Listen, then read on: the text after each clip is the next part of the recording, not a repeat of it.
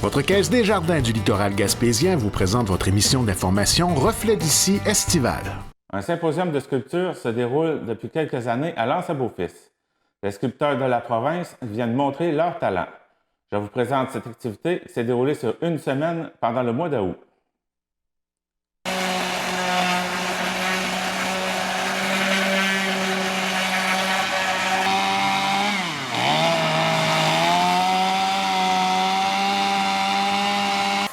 Cet été, les gens de la région et de passage ont pu voir des sculpteurs au travail, voir plusieurs œuvres, pourquoi pas essayer la sculpture et aussi acheter des œuvres. C'est que du 13 au 18 août dernier se tenait un symposium de sculpture à la Maison des sculpteurs de l'Anse-à-Beaufils, organisé par le Club des sculpteurs animaliers du Québec avec 4 participants. André-Robert Gauthier, président du club, nous explique comment se passait le symposium. Durant notre symposium, les sculpteurs souvent ont une conversation, sont interactifs avec les gens qui arrêtent nous voir.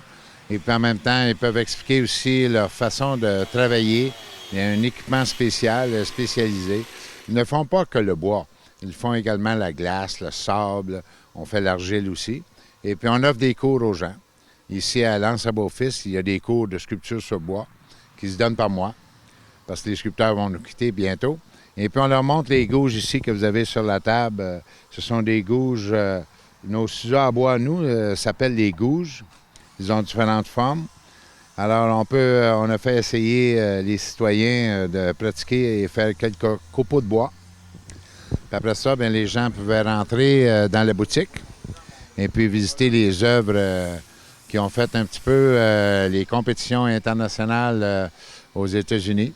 Comment la piqûre de la sculpture sur bois est venue à nos sculpteurs? La sculpture sur bois, ça fait environ une dizaine d'années, mais je fais de la sculpture de glace depuis que je suis tout jeune.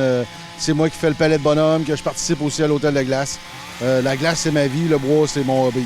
À force de faire de la glace, à un moment donné, j'ai dit, dans l'été, des fois, c'est plus tranquille. J'ai dit, faudrait que je me trouve quelque chose. Fait que j'ai essayé le bois, puis vu que je travaille toujours à la chaîne, c'est comme ça que c'est devenu une passion. Puis même les castors, j'aime beaucoup le bois, presque plus que la glace. La passion est venue sûrement de mon père. Mon père, lui, ça fait une quarantaine d'années. Il avait une école de sculpture. Donc, je suivais dans ses activités, puis j'ai appris à sculpter. Depuis 3 ans, je le fais à temps plein. Avant, je faisais de la construction, mais l'hiver, je pouvais en vivre. Mais maintenant, je suis capable d'en vivre à l'année, parce que je fais du sable et de la neige aussi. Ça fait 12 ans que je fais de la sculpture à scie mécanique. J'avais jamais sculpté avant. Ça a commencé... après avoir vu quelqu'un qui faisait ça aux États-Unis. Il y avait un professionnel, Brian Root, qui est encore professionnel, puis maître sculpteur. Il faisait des spectacles de 45 minutes, puis ça m'a vraiment bien impressionné. Puis depuis là, peut-être 7 ans plus tard, lorsque j'étais en train de bâtir ma maison à Boiron, j'ai pris une pause une journée qui mouillait, puis j'avais gossé un morceau de bois avec une scie, puis de là, ça a continué. J'ai fait des livres, des CD. J'ai fait ça pendant quasiment tout un hiver dans mon tempo dehors. Je sortais à peu près une demi-heure, 3/4 d'heure par soir. Puis de là, mon épouse a commencé à embarquer là-dedans. Micheline a commencé à faire des finitions plus hautes avec moi. Puis ça a changé complètement.